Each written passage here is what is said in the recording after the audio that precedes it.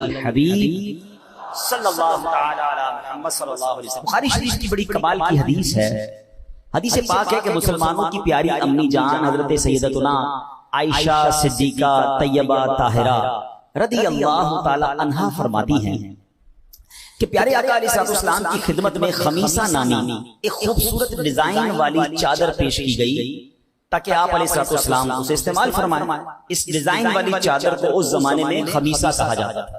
نبی پاک علیہ السلام نے اوڑا اس چادر کو زیب تن فرمایا اور پھر نماز بھی ادا فرمائی، اور اس کے بعد نماز پڑھ کر سلام پھیرنے کے بعد فرمایا مجھے خطرہ ہوا کہ اس چادر کے پھولوں کے سبب توجہ بٹ جائے گی، لہٰذا یہ چادر ابو جہم صحابی رضی اللہ عنہ کو دے آؤ۔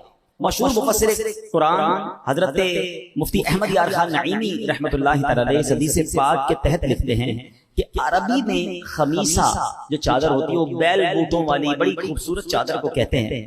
یہ اونی سیاہ رنگ کی چادر تھی جو ابو جہم رضی اللہ تعالیٰ نے تحفۃً گفٹ کے طور پر نبی پاک کو پیش کی تھی، مگر پیارے آقا نے نماز ادا فرمائی اور پھر اس کے بعد انہیں واپس لوٹا۔ اب غور کیجئے کہ نبی پاک نے کیا فرمایا کہ مجھے یہ ڈر ہوا، خطرہ ہوا کہ اس چادر میں جو پھول ہیں پھولوں کی سبب میری نماز سے توجہ ہٹ جائے گی۔ حالانکہ نبی پاک کی شان کتنی عرفہ و اعلیٰ ہے، آپ کی شان بیان کرنا تو دور کی بات، مخلوق میں کوئی چاہے بھی تو آپ کی شان پہچان نہیں سکتا، اس قدر عرفہ و اعلیٰ شان ہے۔ وہ شاعر لکھتے ہیں نا، تیرا وصف بیان ہو کس سے تیری کون کرے گا بڑائی، تیرا وصف بیان ہو کس سے تیری کون کرے گا بڑائی، صلی اللہ تیری کون کرے گا بڑائی، اس گرد سفر میں گم ہے، اس گرد سفر میں گم ہے، جبریل امی کی رسائی۔ یعنی میرے آقا کی شان ایسی ہے کہ جبریل امین بھی حیران ہے کہ پیارے آقا تو وہاں جاتے ہیں جہاں ان کی بھی رسائی نہیں ہے، تو ہماری اوقات کیا کہ ہم ان کی شان بیان کریں۔ ایک اور شاعر لکھتے ہیں نا، میرے نبی پیارے نبی ہے مرتبہ بالا تیرا، جس جا کوئی پہنچا نہیں پہنچا وہاں طلبہ تیرا۔ لیکن اتنی بڑی شان والے آقا جنہوں نے نبیوں کی امامت فرمائی، رب کائنات کی عجائبات ملاحظہ فرمائے، آسمانوں کی سیر کی، جنت کے نظارے کیے، مگر نبی پاک کے مبارک فوکس کا عالم کیا تھا؟ قرآن بیان کرتا ہے ما زاغ البصر وما طغى، آنکھ نہ کسی طرف پھری نہ حد سے بڑھی، یعنی دل کی توجہ ہٹنے کی تو دور کی بات ہے، پیارے آقا کی ظاہری آنکھ مبارک پر بھی نظاروں کے بعد کوئی اثر نہ ہوا۔ ایسی توجہ ہے، ایسا فوکس ہے کہ جنت کے حسین نظارے بھی اثر نہیں کر سکتے، تو ایک چادر نبی پاک کی توجہ کیسے نماز سے ہٹا سکتی ہے؟ جن کی توجہ کا عالم یہ ہو کہ قرآن کہتا ہے ما زاغ البصر وما طغى، آنکھ نہ کسی طرف پھری نہ حد سے بڑھی، تو یہ گویا ہماری تعلیم کے لیے ہمیں سکھایا جا رہا ہے کہ ایسی چادر جس کے پھول بوٹے رنگ نماز میں توجہ نہ ہٹا دیں۔ نبی پاک نے واپس فرما دی، ہمیں سبق دیا کہ ہر اس کام سے بچنا ہے جو نماز میں، اللہ کی عبادت میں، اللہ کی طرف رجوع لانے میں تمہارا دھیان بٹا دے، ان چیزوں سے بچنا ہے۔ تو اے میرے پیارے اسلامی بھائیوں، غور کیجئے کتنی زبردست ہمارے لیے حدیث میں سبق ہے۔ ڈیزائن والی چادر بنانا بھی جائز، خریدنا بھی جائز، اسے اوڑھنا بھی جائز، اسے اوڑھ کر نماز پڑھنا بھی جائز۔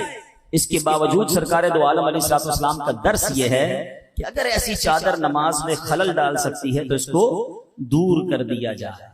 دوسری طرف ہماری حالت کیا ہے کہ میوزیکل ٹیونز بنانا بھی ناجائز، اسے حاصل کرنا بھی ناجائز، اس کو چلانا بھی ناجائز، خود سننا بھی ناجائز، دوسرے لوگوں کو سنانا بھی ناجائز، مگر ہماری مسجدوں میں عین نماز کے عالم میں میوزیکل ٹیونز بج رہی ہوتی ہے۔ کتنا فرق ہے! وہ جائز کام جس کو جو نماز میں خلل ڈالے نبی پاک نے وہ بھی چھوڑ دیا، حالانکہ نبی پاک کی نماز میں خلل کون ڈال سکتا ہے؟ ہماری تربیت کے لیے نا، مگر وہ ناجائز کام جو صرف ہماری نماز میں خلل نہیں ڈالتا، باقی نمازی بھی ڈسٹرب ہو رہے ہوتے ہیں. غور کیجئے کون سی جگہ باقی بچی تھی جہاں میوزک نہیں تھا؟ بازاروں میں میوزک، بسوں میں میوزک، ٹرینوں میں میوزک، جہازوں میں میوزک، ایئرپورٹ پہ میوزک، ہمارے شاپنگ سینٹر، ہر طرف یہ تباہی بچی ہوئی ہے، کسی کو خیال ہی نہیں ہے. بلکہ اب تو میں ایک دو جگہ لفٹوں میں گیا، کسی بلڈنگ کی نئی لفٹ لگی ہوئی تھی، آفس ٹاور تھا، اس کی لفٹ میں بیٹھے ہوئے لفٹ چل رہی ہے، اس میں میوزک.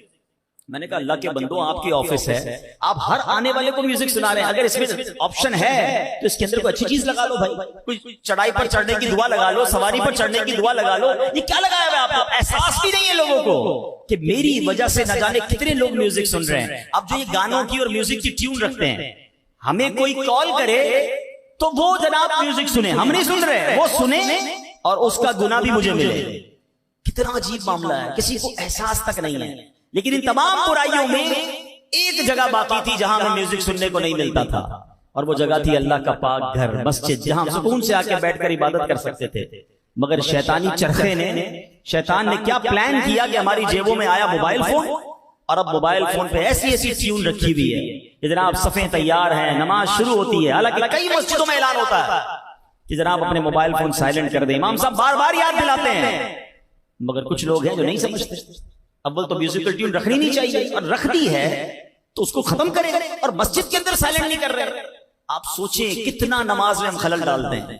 اب شرعی مسئلہ بھی سن لیں کہ اگر کسی کے موبائل میں میوزیکل ٹیون ہے اور وہ موبائل بج پڑا، اب اس کو لگتا ہے کہ یار بند نہیں ہو رہا مجھ سے، عملے قلیل کر کے نہیں بند ہو رہا، یعنی ایک ہاتھ کے اشارے سے بند نہیں ہو رہا، تو اب اس پر حکم یہ ہے کہ وہ اپنی نماز توڑے. پہلے وہ میوزیکل ٹیون بند کرے، اپنے موبائل کو سائلنٹ کرے، پھر نماز میں شامل ہو. ایسا نہیں کہ نماز وہ پوری پڑھی جا رہا ہے اور پوری مسجد گونج رہی ہے میوزک سے.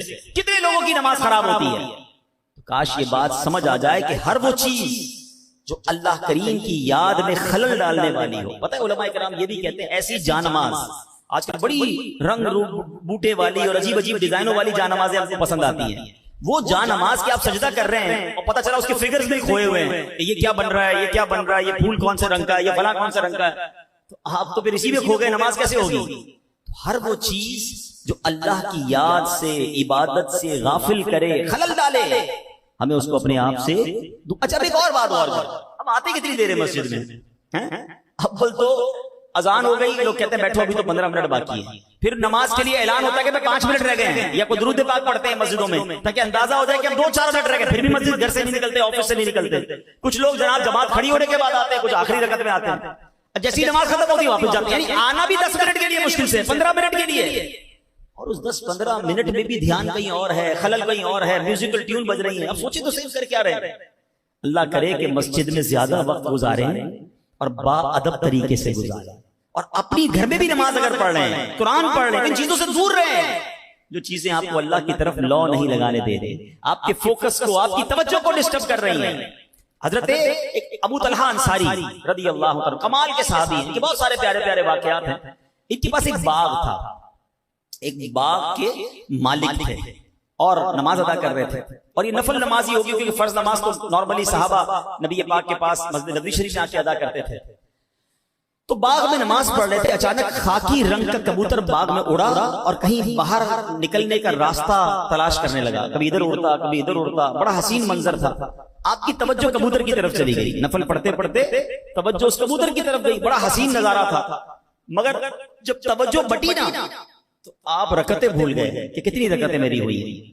نماز سے فارغ ہوئے، خود پرندہ نہیں اڑایا تھا، ان کا جذبہ دیکھیں، انہوں نے پرندہ نہیں اڑایا تھا، ان کی توجہ ہٹنے میں ان کا کوئی قصور بھی نہیں تھا، مگر باغ آپ کا تھا. آپ نے سوچا اگر یہ باغ نہ ہوتا تو میں باغ میں نماز نہ پڑھتا. باغ میں نماز پڑھی ہے تو پرندہ آیا تو اس نے میری توجہ بٹا دی. سرکار علیہ الصلوۃ والسلام کی بارگاہ میں حاضر ہو کر کہتے ہیں حضور اس باغ کی وجہ سے میری توجہ نماز سے ہٹ گئی، میں اپنی رکعتیں بھول گیا، میں پورا باغ ہی اللہ کی راہ میں صدقہ کرتا.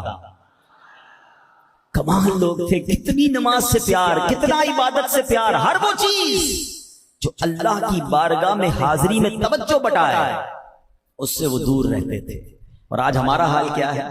ہم اگر مثال کے طور پہ اگر آج جس نے عشاء کی نماز باجماعت پڑھی ہے، اپنے آپ سے پوچھ لیں، مجھے جواب نہ دیں امام صاحب نے پہلی رکعت میں کون سی تلاوت کی تھی، دوسری رکعت میں کیا تلاوت کیا.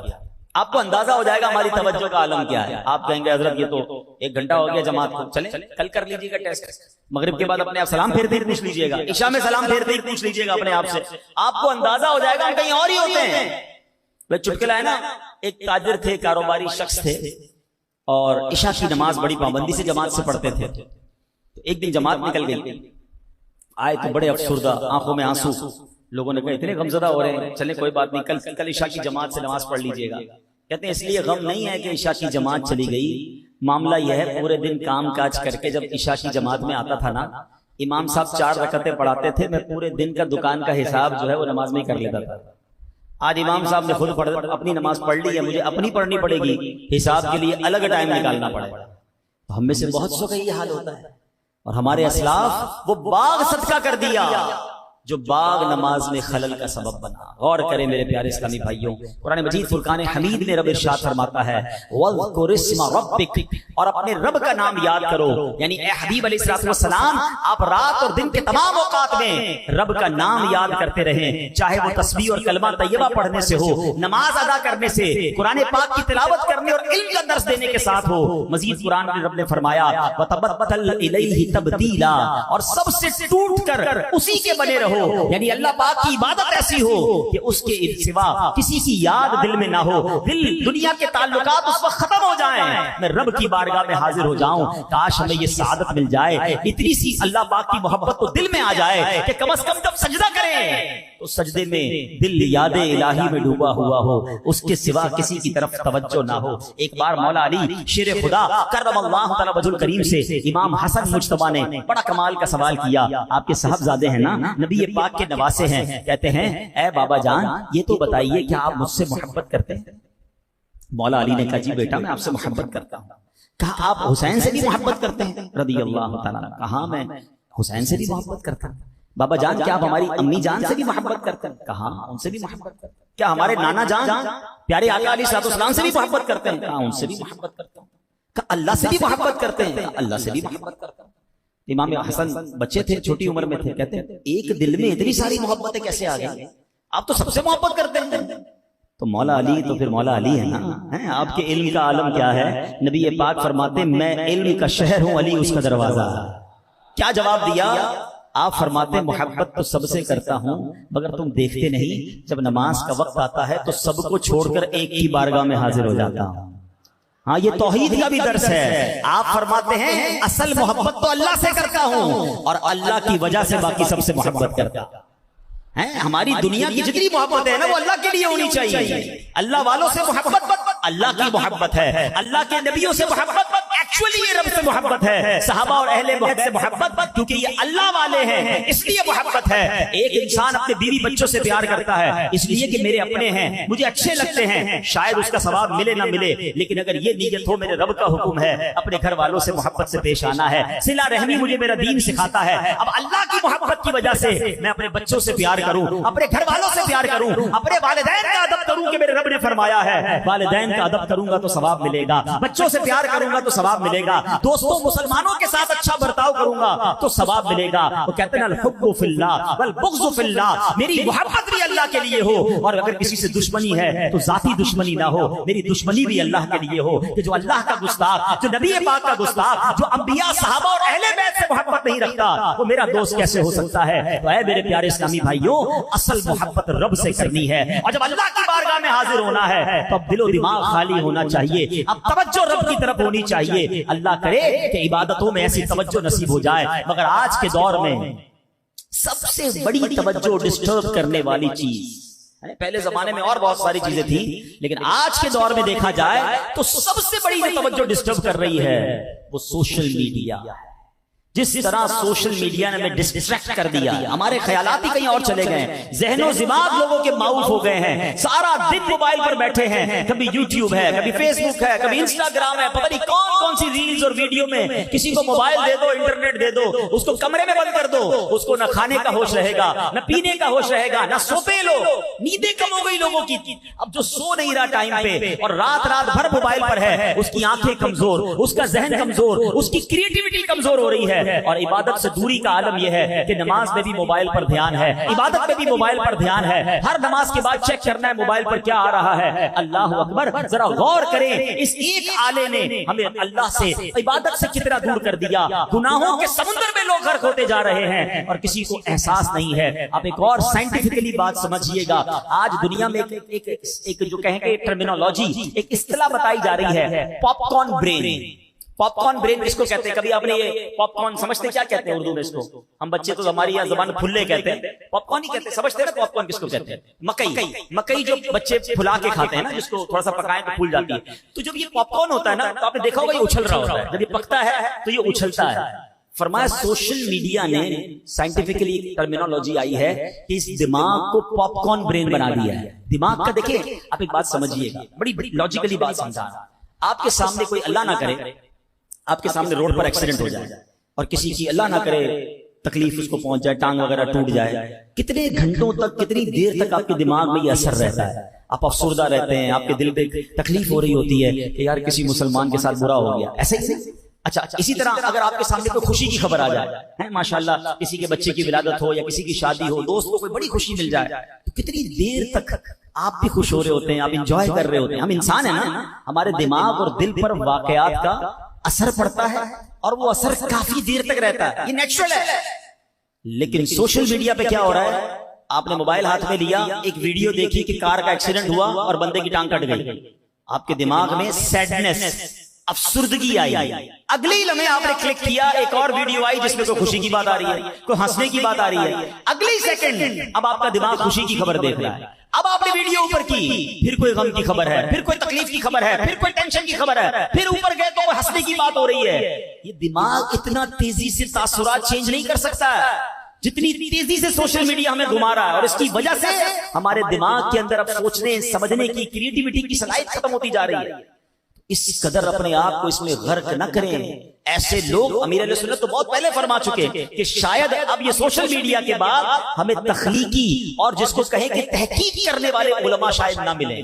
جو بھی دماغ کا کام ہوتا ہے نا وہ سکون مانگتا ہے، کریٹیوٹی کے تمام کام آپ کا فوکس مانگتے ہیں کہ آپ اگر پڑھ رہے ہیں، مطالعہ کر رہے ہیں، تحقیق کر رہے ہیں، کسی بھی فیلڈ میں، جو انجینئرز ہیں، جو ڈاکٹرز ہیں، جو جناب کسی چیز کی ریسرچ کر رہے ہیں، اگر ان کو فوکس حاصل نہیں ہے، ان کا دماغ گھوم رہا ہے، کبھی بھی کچھ نہیں کر سکیں گے۔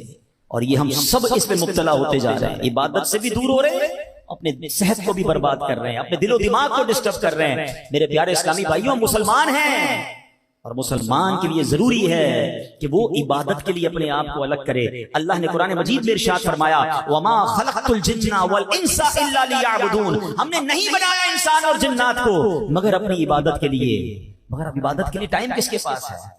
اب دیکھیں چھوٹے چھوٹے بچے پہلے مسجدوں میں آتے تھے، پہلے محفلوں میں آتے تھے، پہلے اجتماعات میں آتے تھے، اب وہ بچے بہت کم نظر آتے ہیں۔ کہاں ہیں؟ ماں باپ نے موبائل فون دلا دیا، وہ گھر میں بیٹھے ہیں۔ میں اپنے اور عجیب بات بتاتا ہوں، میں نے خود ریسرچ کی ایک بار، جو لوگ ماشاءاللہ مکے مدینے گئے، اللہ بار بار آپ کو حاضری عطا فرمائے۔ آج سے 10 سال پہلے جو مدینے شریف گئے ان سے پوچھیں، خاص طور پہ رمضان شریف میں جب آپ مدینے جاتے تھے نا تو چھوٹے چھوٹے بچے پیروں سے لپٹ جاتے تھے، ریکویسٹ کرتے تھے کہ حضرت ہمارے دسترخوان پر آ جائے، پلیز ہمارے دسترخوان پر آ جائے۔ اتنا پیار سے وہ بلاتے تھے کہ بندہ افطار کے لیے ان کو منع نہیں کر سکتا تھا اور ان کے دسترخوان پر چلا جاتا۔ میں 4 سال پرانی بات بتا رہا ہوں، میں ایک بار مدینے شریف میں تھا، میں نے اسلامی بھائیوں سے کہا یار وہ بچے کدھر گئے؟ اب بڑے لوگ تو بلاتے ہیں، بچے نظر نہیں آتے مسجد نبوی شریف میں۔ جو عرب لوگوں کے بچے آتے تھے ہمارے، بڑی ریکویسٹ، بڑی پیار سے ہمیں کہتے تھے۔ تو غور کیا تو بچے تو ہیں مگر کسی کونے میں موبائل کے ساتھ بیٹھے ہوئے ہیں۔ یعنی آہستہ آہستہ بچے ان عبادتوں سے، ان ایکٹیویٹیز سے کیوں دور ہو رہے ہیں کہ سارے کے سارے ان چیزوں میں مبتلا ہوتے چلے جا رہے ہیں۔ ہم جو کرتے جا رہے ہیں ایسا نہ ہو کہ ہم وہاں پہنچ جائیں کہ جس کے بعد ہم اپنی جنریشن کو واپس مسجد اور عبادتوں کی طرف نہ لا سکیں۔ ہمیں یہ سوچنا ہوگا۔ یہ میں مانتا ہوں کہ سوشل میڈیا کے بڑے فائدے ہیں، اس سے جناب کمیونیکیشن بڑا آسان ہو گیا ہے، اپنے گھر والوں سے، اپنے رشتہ داروں سے بندہ بات کر لیتا ہے، خیر خیریت دریافت ہو جاتی ہے۔ تو علم دین سیکھنا چاہے تو بڑی آسانی سے کتابیں ڈاؤن لوڈ ہو جاتی ہیں، انٹرنیٹ کے ذریعے آپ اجتماع دیکھ سکتے ہیں۔ یہ پازیٹیو نیوز ہے کہ ہم ایک سبحانی مسجد کے اجتماع میں جہاں 500 ہزار لوگ بیان سنیں گے، سوشل میڈیا کے ذریعے انشاءاللہ امید ہے ہزاروں لاکھوں لوگ سن لیں گے، سب تک نیکی کی دعوت پہنچے گی۔ مگر پرابلم یہ ہے کہ سوشل میڈیا کا پازیٹیو یوز بہت تھوڑا ہے اور اس کا نیگیٹو یوز بہت زیادہ ہے۔ اس کا منفی جو استعمال ہے وہ اتنا زیادہ ہے کہ بندہ حیران ہو جاتا ہے کہ اس دریا میں پیر رکھے کہ نہ رکھے۔ میں یہاں تو مشورہ دوں گا، اگر آپ میں سے کوئی سوشل میڈیا استعمال نہیں کرتا نہ کریں، کیونکہ یہ وہ دریا ہے، یہ وہ کیچڑ ہے جس سے اپنا دامن بچانا بڑا مشکل ہو گیا ہے، اور گناہوں کا ایک سمندر ہے کہ بندہ اس میں مبتلا ہوتا چلا جاتا ہے۔ اے میرے پیارے اسلامی بھائیوں، اب ایک اور سوشل میڈیا میں جیسے میں نے کہا نا کہ غفلت کا بڑا سبب ہے، قرآن مجید میں اللہ رب العالمین نے سب انسانوں سے ایک سوال کیا، بہت فکر انگیز اور کمال کا سوچنے لائق سوال ہے۔ رب فرما رہا ہے، اللہ کی طرف سے یہ کوسچن ہم سب کے لیے قرآن میں موجود ہے۔ اللہ فرماتا ہے یا ایھا الانسان ما غرک بربک الکریم، خدا کی